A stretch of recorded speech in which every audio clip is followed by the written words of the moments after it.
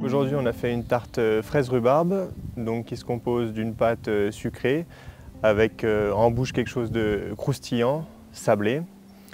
Ensuite, on a une compotée de rhubarbe et fraises. On va ajouter des fraises fraîches qu'on a taillées pour qu'elles tiennent droite sur cette compotée pour pouvoir emmener un peu de fraîcheur et d'acidité. Et puis, en dernier, sur le dessus, on aura une crème mascarpone vanillée.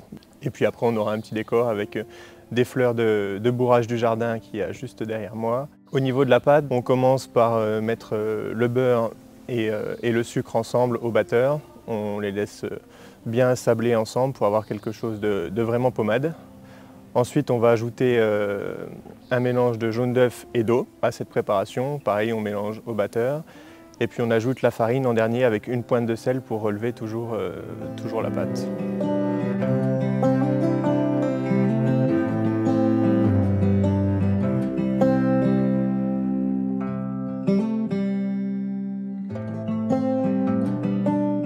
La cuisson de la pâte se réalise en deux étapes. Donc on cuit à blanc, ce qu'on appelle. Donc on met de l'aluminium.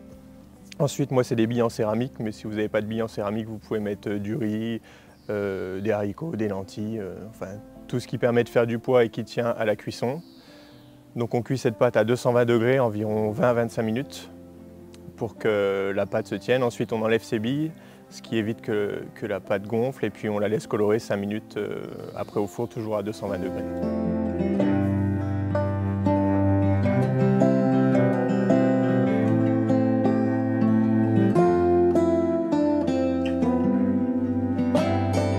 Au niveau de la compotée, donc, on a épluché la rhubarbe, coupé les fibres pour avoir vraiment quelque chose de lisse en bouche.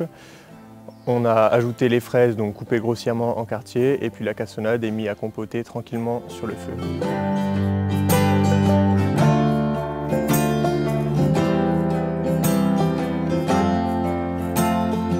Pour la crème mascarpone, on commence par monter en crème fouettée la crème liquide. Ensuite, on ajoute le mascarpone, la vanille et le sucre, et on monte à vitesse très forte au batteur pour avoir vraiment quelque chose d'émulsionné et qui se tienne bien pour pouvoir faire les quenelles pour les mettre sur la tarte.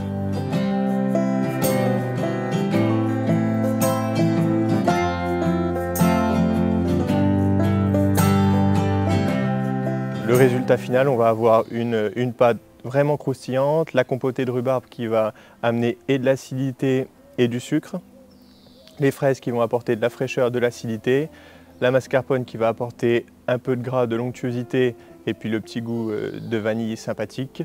Et puis après la touche de menthe pour amener un petit peu de fraîcheur, et puis les fleurs pour décorer.